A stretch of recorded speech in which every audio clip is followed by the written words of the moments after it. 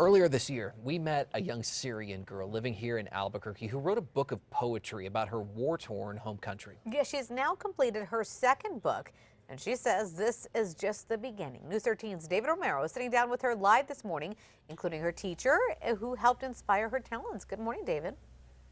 Good morning, Crystal, Adam, everybody at home. You know what, guys? In all my years working in television news, I have never been so impressed as I am by this young lady here. And that includes, I mean, just interviewing anybody and everybody.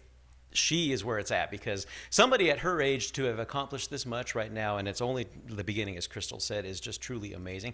Miss Ludella Awad is with us this morning. Good morning, Ludella. Good morning. How are you? I'm doing good. Sad piano music in Syria. Now, what inspired you to write this new book?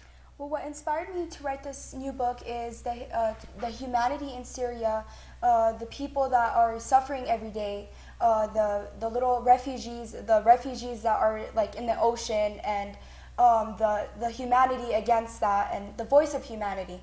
The people, the children that don't get education, young children like my age that don't get education. And I wish that one day I could go on the Syrian border and just meet those Syrian people and try to help them out. And take a look at some video on your screen right now. And the video you're going to see right now is from the release of Ludella's first book.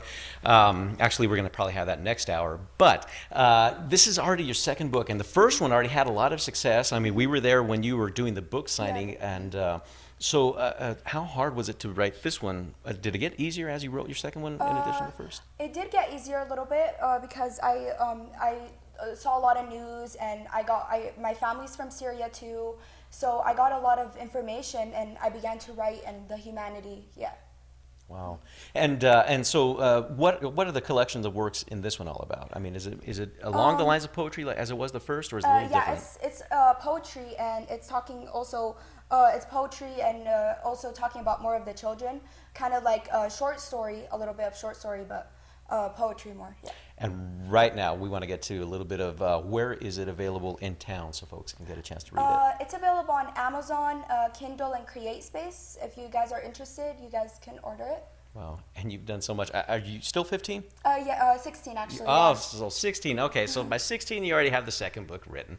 And who knows what she's going to accomplish by 17, because that's just right around the corner. And just truly amazing. One of the most humble and greatest minds that are here in New Mexico, and that's what we like to promote here, again, on this show, is all the talent, and especially for somebody like Ludella. So again, her second book, Sad Piano Music in Syria. We're going to have more with her coming up next hour, and we're also going to get a chance to talk to one of her mentors here.